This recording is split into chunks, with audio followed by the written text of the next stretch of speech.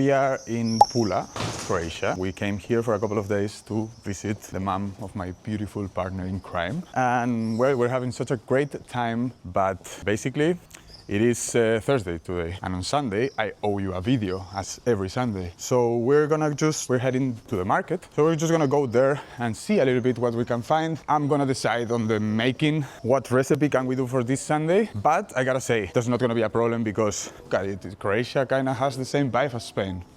I don't know how to explain it, but I think we can manage to make a Spanish recipe here. If you just are interested in the recipe, we're gonna put some timestamps so you can just jump directly to the recipe. Although, I recommend you to not do it. Let's go.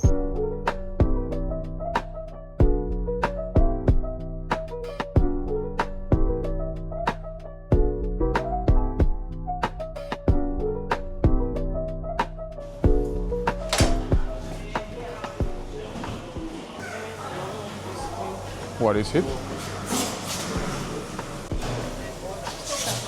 So it's super fresh.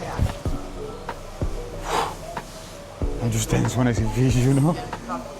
But you see how it's super tense? That means it's fresh. Yes, look, when she grabs it.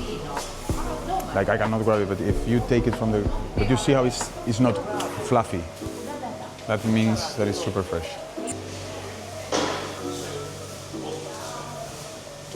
Mini monkfish, you know, the one that we just saw, the ugly one. Until what time are you open? 1. Until 1, okay. 1 o'clock. Ah, that's actually useful. Wanna come in? It's pretty good. Looks amazing. Smells delicious. It's literally the same breed that we have in Galicia of those seagulls. She's beautiful, actually, you know.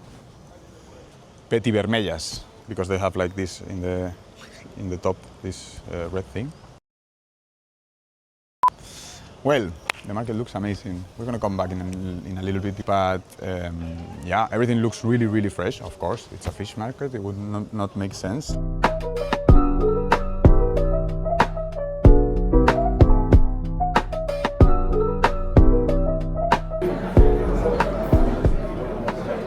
2 coffees in the market, which normally I thought I was going to pay way more. 260. God bless this country, huh? Hot. Let's see. Yeah, I definitely want 2 of these tomatoes that look amazing. Yeah, you want to choose? Yeah, these 2, for example. Then I'm also gonna need 1 garlic and 1. Okay, I'll get it. Okay. Yeah, those are sweeter for salad. Those are more for cooking. Okay, yes. These 2 for cooking. These ones are also good for salad, right? It's the tomato. Yes, and we make scrambled eggs with this very good feathers. Perfect. Then yes, I'll take 1 of these. 1 bunch. Yeah, that's perfect. Okay, and I think that's it. Unless, how much is it now? Yeah, let me know. 960. 960. 9 is okay. No, let's put the 9. No, Okay, thank you very much. Thank you very much. Now let's go get the main ingredient. And I need a little bit of jamoncito also. This we want. This is more than enough, eh? Maybe we can get... Hello. Hello. Ciao. Ciao. Okay. Thank you. Thank Ciao. you. Ciao. Thank you.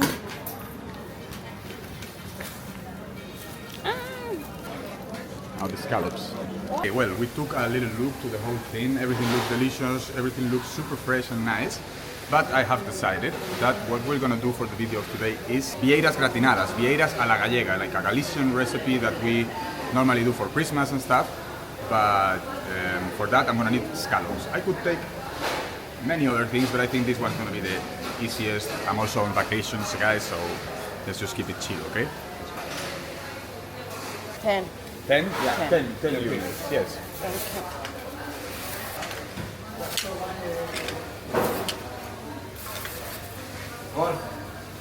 Alles, ja. Cash card.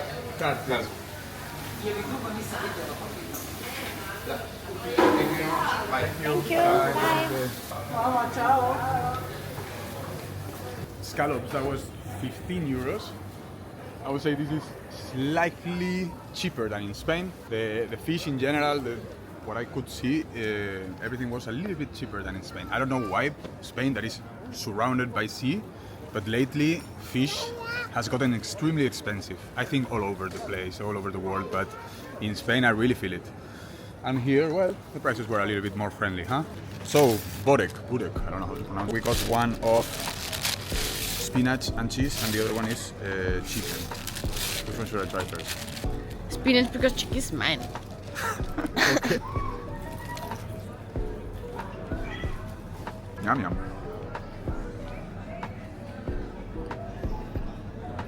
It's really good. I would say it's pretty fatty. The dough. Yeah, and the dough.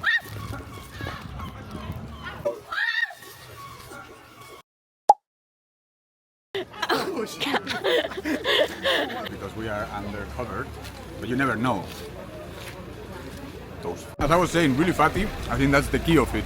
It's like a puff pastry, and when you bake this in the oven, you're not really baking but frying, because the fat is underneath the layers. It's frying the whole thing, so it's delicious.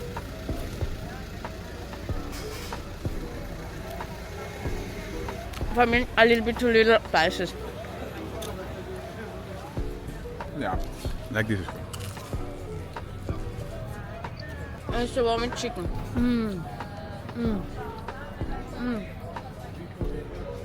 Is it better than the spinach? It's really good. Perfect flavor, warm, soft chicken. I can actually smell it from here. It smells good. Epa! Wait, hey, hey. So I think we have everything all ready. Now let's go home and cook this. Here we are in the kitchen. Let's get to work. We're gonna make a super basic sofrito for the Vieiras, for the scallops, and for that I'm gonna be using this amount of onion, okay? The variety that you want. I found these ones and that's what I'm gonna use. I'm gonna use a tomato, 4 garlic cloves, and the jamon that I'm not sure if I'm gonna use it all. Probably half of it is gonna be enough, but I will cut it in cubes and also add it into the sofrito at the very end. And last but not least, we're also gonna be using a splash of white wine. And well, you know, you're always supposed to try the wine before, because you never know. So first I'm gonna be cleaning the things, and a little advice that I think it's important, or that I like doing, is to always be aware of my board to be clean. If I now peel the onions using my board, there would be like cross-contamination and stuff, and I don't want that. And that's why I always try to peel them before placing it in the board. So now we're gonna start cutting the garlic in little cubes. Okay, for that I cut them in half first, all of them, so we have a base, you know. And then, as usual, first little stripes, a little bit of, and then. Now, this is a reasonable amount of garlic. It's quite a lot. So if we don't cook it in enough time, then the sofrito is gonna be too garlicky, too spicy, and we don't want that. So we're gonna start cooking it from cold. That's also a little trick to avoid that it burns. And we're gonna give it a little bit of time. Also, we're gonna add later the onions. And there we want the onions to be caramelized and beautifully cooked. So we're gonna give this sofrito a long cook. Let's say half an hour at least. A generous amount of olive oil for the sofrito, I think for about 4 or 5 tablespoons. We're gonna add the garlic from cold, okay? That's gonna make the oil slowly get all the flavor from the garlic. And whenever the garlic starts dancing, that's how I like to call it, then I will add the onions. Okay, onions, cubes, okay? Doesn't have to be super small. Wow, this olive oil is really fucking good. Okay, this got temperature, our onion. Okay, a little bit of high heat at the beginning. When you add cold things to the pan, it's always good. Now is the moment to drop some salt. We help the onion release all the moisture. Okay, now I'm gonna put it a little bit low, a little bit more than medium. While this poach, let's prepare the other 2 ingredients. 1 ripe tomato, that looks amazing, and I'm gonna shred it like this.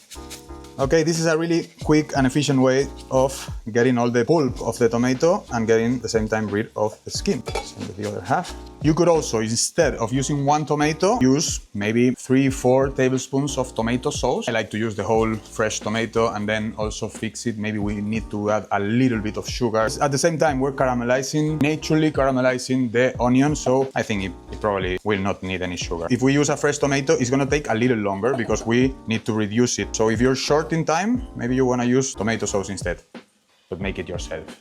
So Okay, so we have here the tomato, and the next thing I'm gonna do is the jamoncito, Croatian prosciutto. First thing, of course, is a quality control. It's really different to the Spanish one. Has a completely different taste, but still really good.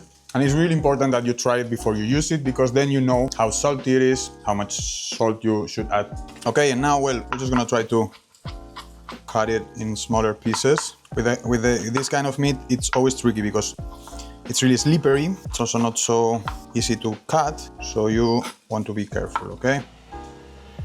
Also, for this recipe, you get a little bit of parsley to decorate at the very end. Totally forgot about it, but I got this, the green of the fresh onion that I really like how it looks. And yeah, this will do the work. For caramelizing onion, all you need is time enough, because what we want is to release all the natural sugars of the onion and caramelize those. Most of times, the moisture of the onion is not enough, so you want to, every time you see that it's starting to get attached to the bottom, add a little bit of moisture, water. That's gonna help us have a little bit more time to release all those natural sugars. And a little trick, if that moisture that you're adding has some acidity, it helps releasing the sugar way faster. Now guys, you can see this is already getting a really nice golden color, right? If I were using jamón ibérico, I would probably not do this now. I would put it at the very end because I don't want it to cook. I want the raw flavor of it because it's the good one. In this case, I got a prosciutto from here from Croatia that is actually pretty nice, but it has a complete different flavor. It's a little bit more strong. I think I'm gonna use it now because I want to slightly cook it a little bit to get rid of that super strong flavor, okay? So this is going in right now. Okay, and we're gonna stir fry it a little bit with the onion. Yeah, I think that was a good idea. It already smells the way I wanted it to smell. So now it's time to add the tomato. And with the tomato, I think the same. I'm not gonna add the whole thing, okay? 1, 2, and 3, okay? I have a little bit left over from the whole tomato. It was a big, ripened tomato. Leftover, no problem. I will use it for a tostada, for a toast. Perfect. With a little bit of olive oil, this, and some sea salt. Perfect. Now let's raise the heat a little bit and concentrate all the liquid of the tomato. It's almost ready and it smells really good. Perfect. No sugar needed or anything. It has already the right amount of sweetness because of the onion. The tomato gives it a super fresh touch that it's interesting. And with the salt that I added at the beginning plus the jamón, it's more than enough. I made to add something else though. A little bit of grounded pepper. Okay, this is almost ready. You can see that it already got a texture of a sauce kinda, okay? It's a concentrated sofrito. I'm gonna give it 5 more minutes and then we start building the Vieiras a la Gallega, my friends. Now, before building the Vieiras, I'm gonna take a little bit of time to get rid of because, well, depending on the provider, sometimes they come with a little bit of sand and most likely this that I believe is pieces of shell, but just pretty easy with a thin cold water. I'm just gonna wash it a little bit and also get them dry again, okay? We don't want too much moisture here. Well, so basically this couldn't be easier, guys. It's just now we take this sofrito and we cover the vieira. This is no clue my favorite way of eating these scallops. What does it mean, no clue? No, sorry. This is no doubt my favorite way of eating scallops. This sofrito is like perfect for the scallop. And it's also a little bit of surf and turf, right? Because we were using jamón and then we're using the scallop. That's also kind of funny, right? Mar y tierra, we call it in Spanish. Okay, and what I like to do is to make them a little bit plain like this, because later we're gonna sprinkle some breadcrumbs, and if it's flat, it's gonna look a little bit like if it's filled, you know, and beautifully flat. Makes more sense. But this is so delicious and so easy to make. Also, something I love about these kind of things is we just leave it ready, can stay in the fridge, and then whenever I want them, I just drop them in the oven and I can enjoy, have a glass of wine with my family or whatever, and being present there while the oven is doing the work for me. I think when you're cooking for more people, and you're not a chef that are in a restaurant, when you're cooking for your friends and your family, it's pretty clever and interesting to use recipes that also allow you to sit on the table and enjoy, because otherwise it doesn't make sense at all.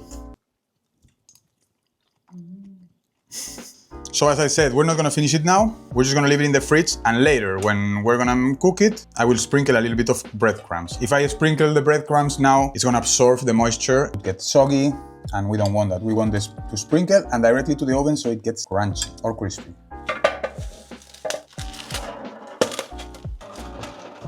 ready. See you in a couple of hours, whenever we are hungry to eat this. Ah, yeah, and don't forget to subscribe, it's crazy. 80% of the people that watch my videos are not subscribed. It costs you nothing and it helps me a lot. Thank you very much. We're already having dinner, having a beautiful moment, and we're gonna just let the oven work for us, huh? We're just gonna put a little bit of breadcrumbs all over to create a crust. Okay, so that would be it, just like cover it all. And now the breadcrumbs are already starting to absorb the moist from the sofrito. 190 degrees. And we're gonna have this for around, I think 15 minutes is gonna be enough. But now after 20 minutes, I think this is... I said 15 minutes, I gave them 20 at the end, okay? You have to also always adapt to the oven stuff.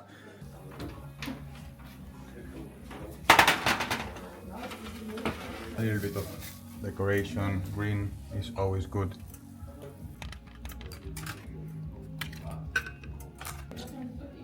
That would be it. Extremely easy, I think one of the... Ah, yeah, and don't forget to subscribe, it's crazy.